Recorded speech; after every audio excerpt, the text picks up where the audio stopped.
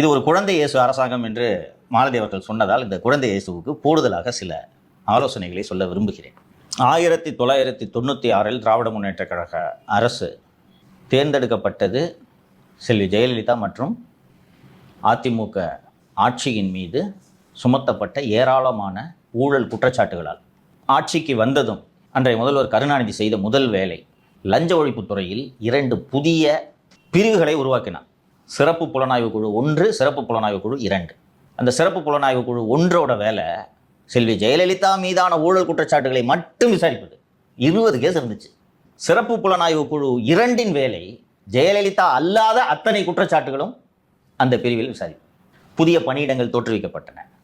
விசி பெருமாள் என்பவர் லஞ்ச ஒழிப்பு சிறப்பு புலனாய்வு குழு 1க்கு ஐஜியாக நியமிக்கப்பட்டார். 2க்கு அதிமுக பின்னாளில் எம்எல்ஏ ஆன ஆர் நட்ராஜ் நியமிக்கப்பட்டார்.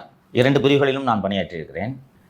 போட்டு அப்போது அந்த லஞ்ச ஒழிப்புத்துறை பதிவு செய்யும் வழக்குகள் சரியாக பதிவு செய்யப்படுகிறதா என்பதை கண்காணிக்க நல்லா கவனிக்கணும். போலீஸு ஒழுங்காக எஃப்ஐஆர் போடுறாங்களான்றதை கண்காணிப்பதற்கு மூத்த வழக்கறிஞரும் சட்ட நிபுணருமான என் நடராஜன் அவர்களை லஞ்ச ஒழிப்புத்துறையின் ஆலோசகராக நியமிக்கிறார். அவர் மும்பை பாம் பிளாஸ்டில் அரசு வழக்கறிஞர் என் நடராஜன், ரொம்ப ஃபேமஸ் மேன். அவரோட ஜூனியர் தான் என்ன இளங்கோ.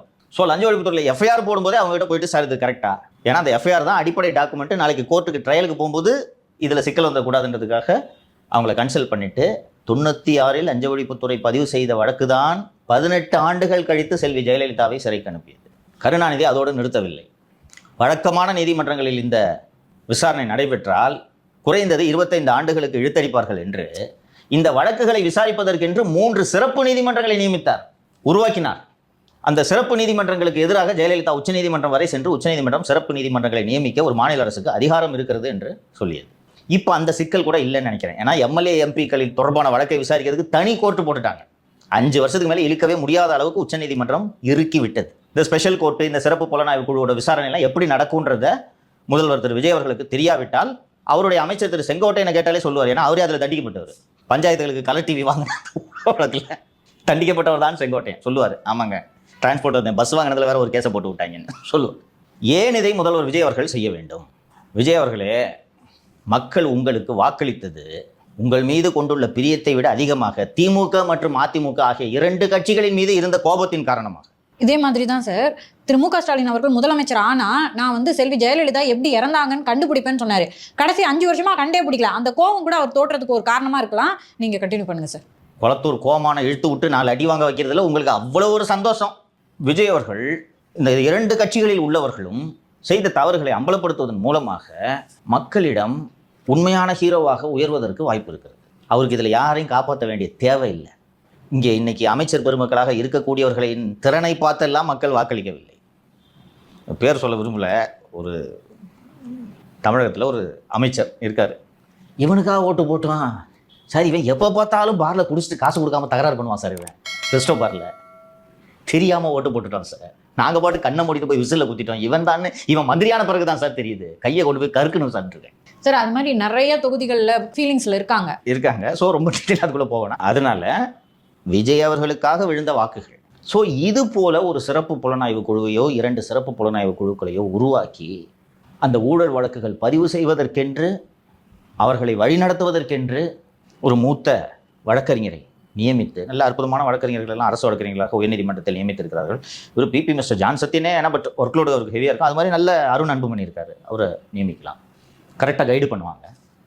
பண்ணி யாரையும் திருட விட மாட்டேன், திருடன காசை புடுங்காமல் விட மாட்டேன்னு விஜய் ப்ராமிஸ் பண்ணியிருக்காரு. நேற்று திரு ஆதவர்ஜுன் அவர்களும் எடுத்த நடவடிக்கைகளை நாம் சொன்னோம், புடுங்குங்கன்றேன். இப்போது இருக்கக்கூடிய லஞ்ச ஒழிப்புத்துறையும் லஞ்ச ஒழிப்புத்துறை இயக்குனரும் இதை செய்ய முடியாது.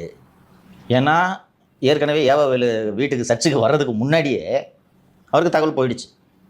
வீட்டுக்கு சோதனைக்கு போன அதிகாரிக்கு நீங்கள் வந்திருக்கீங்க, அவர் வருவார்னு சொன்னாங்க.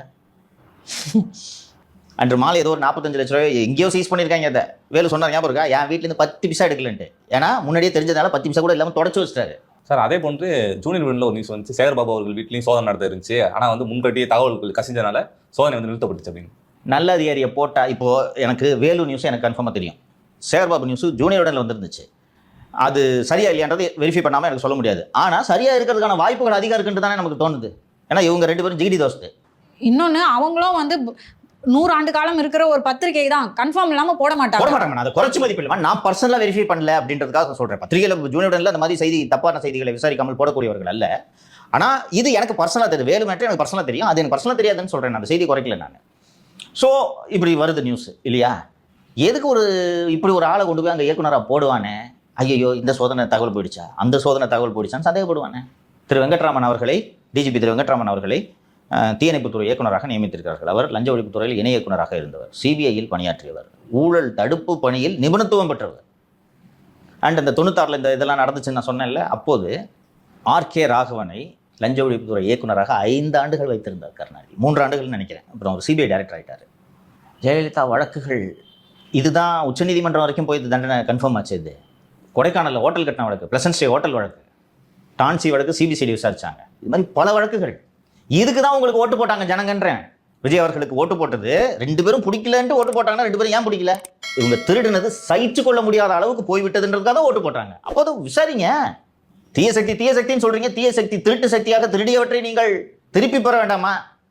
இல்ல சார், இன்னும் டைம் கொடுக்கணும்ல சார். ஐடியா சொல்றேன், நீங்க டைம் கொடுக்கணும். ஆனா நீங்க செய்வீங்க நம்பிக்கை எனக்கு வரலையே. திருடனையே கொண்டு போய் லஞ்ச ஒழிப்புத்துறை இயக்குனராக போட்டிருக்கீங்க, எப்படி நான் நம்புறது? ஸோ நீங்க மிஸ்டர் வெங்கட்ராமனை போட்டிருந்தீங்கன்னா நான் கண்ணை மூட்டி இன்னும் 6 மாசத்துக்கு வாய் திறக்க மாட்டேன். அவர் பண்ணிடுவார். அவருக்கு ஃப்ரீ ஹேண்ட் கொடுத்துட்டா போதும், முடிச்சிடுவார் வேலையை. இவர் முதல்ல ஃபோன் பண்ணி என்ன வர்றாங்க அப்படின்னு அதில் ஒரு 10 கோடி பார்த்துட்டு தான் அடுத்த வேலையை பார்ப்பார்.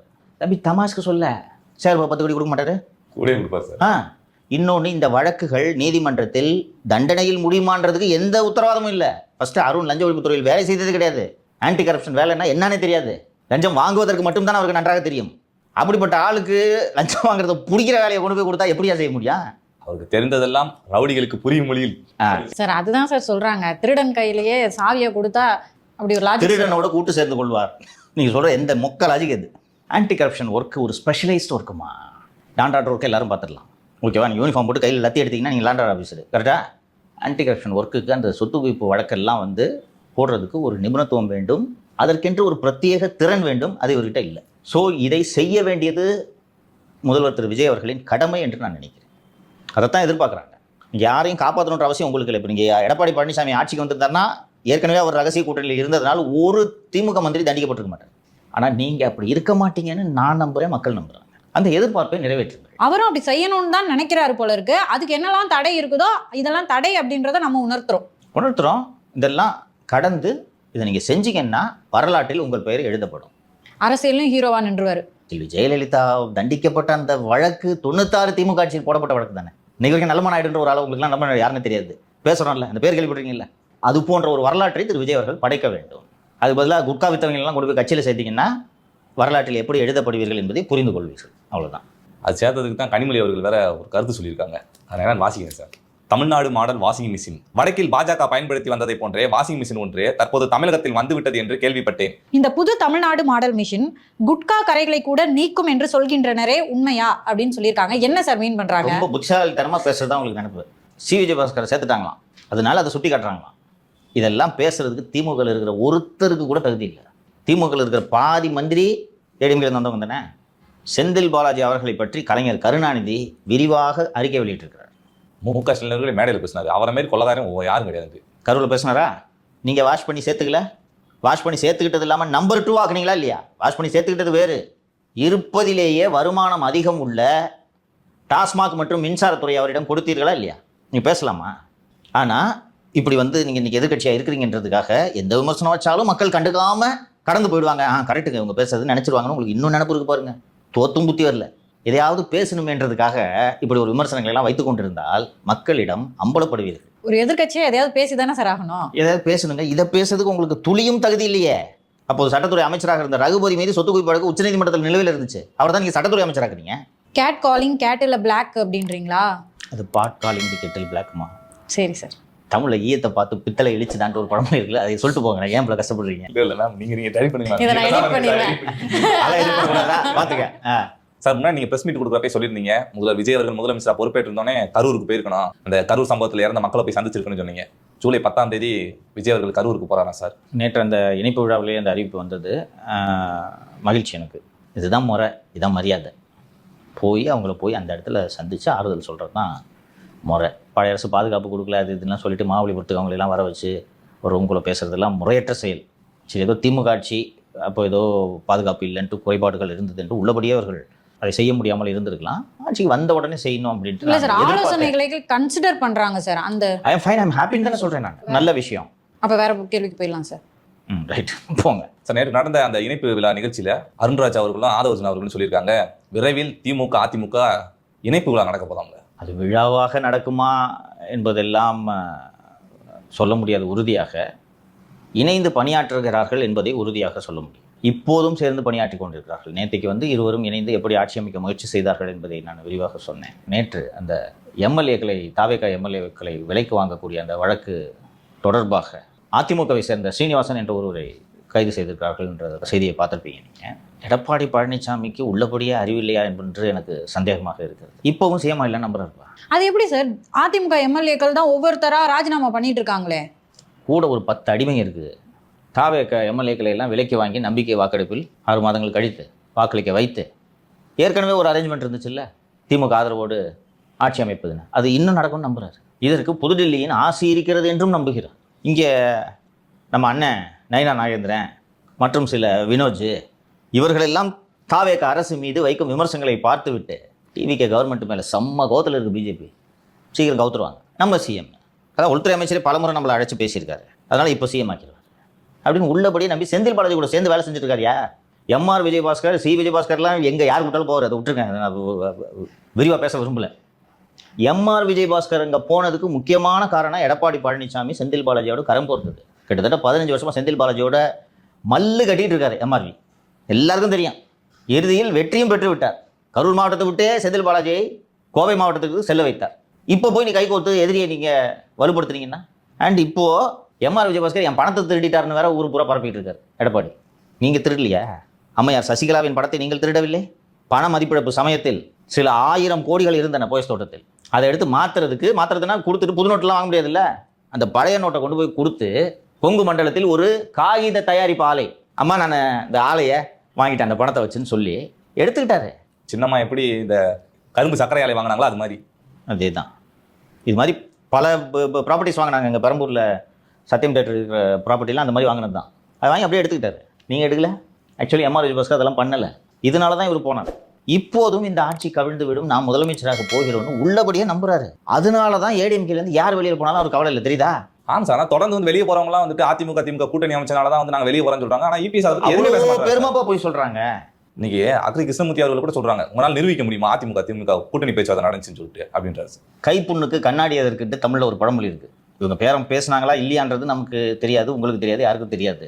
தேர்தல் முடிவுகளுக்கு பிறகு எடப்பாடி பழனிசாமி பத்திரிகையாளர்களை சந்தித்து விரைவில் நல்ல செய்தி வரும்னு சொன்னாரா இல்லையா? விஜய் சிஎம் ஆகுறது அவருக்கு நல்ல செய்தியா? சொல்லு, என்ன நல்ல செய்தி தெரியலங்க, சொல்லுப்பா. அமையருக்கும் புதிய ஆட்சிக்கு வாழ்த்துக்கள்னு ட்வீட் போட்டாரா? ஏன் இதை முதல் நாளே போட வேண்டியதானே? என்ன பண்ணிட்டு இருந்த? உங்களுக்கு மேண்டேட் இல்லை, 47 சீட்டு, ரைட்டா? தேர்தலில் வெற்றி பெற்ற தாவேக தலைவர் விஜய்க்கு வாழ்த்துக்கள்னு போடுறதில்ல. உங்களுக்கு என்ன? ஆட்சி அமைக்கிறாரு, அமைக்காமல் போறாரு, பண்ணிருக்கணுமா இல்லையா? ஸ்டாலின் சொல்லிட்டார், ஞாபகம் இருக்கா? தோல்வி ஒத்துக்கிறோம் நாங்கள் சொன்னாரம்மா, சொல்லிட்டாரு. 6 மாதத்துக்கு எதுவுமே பேச மாட்டோம். நீங்கள் சொல்ல. இதுதான் சான்று.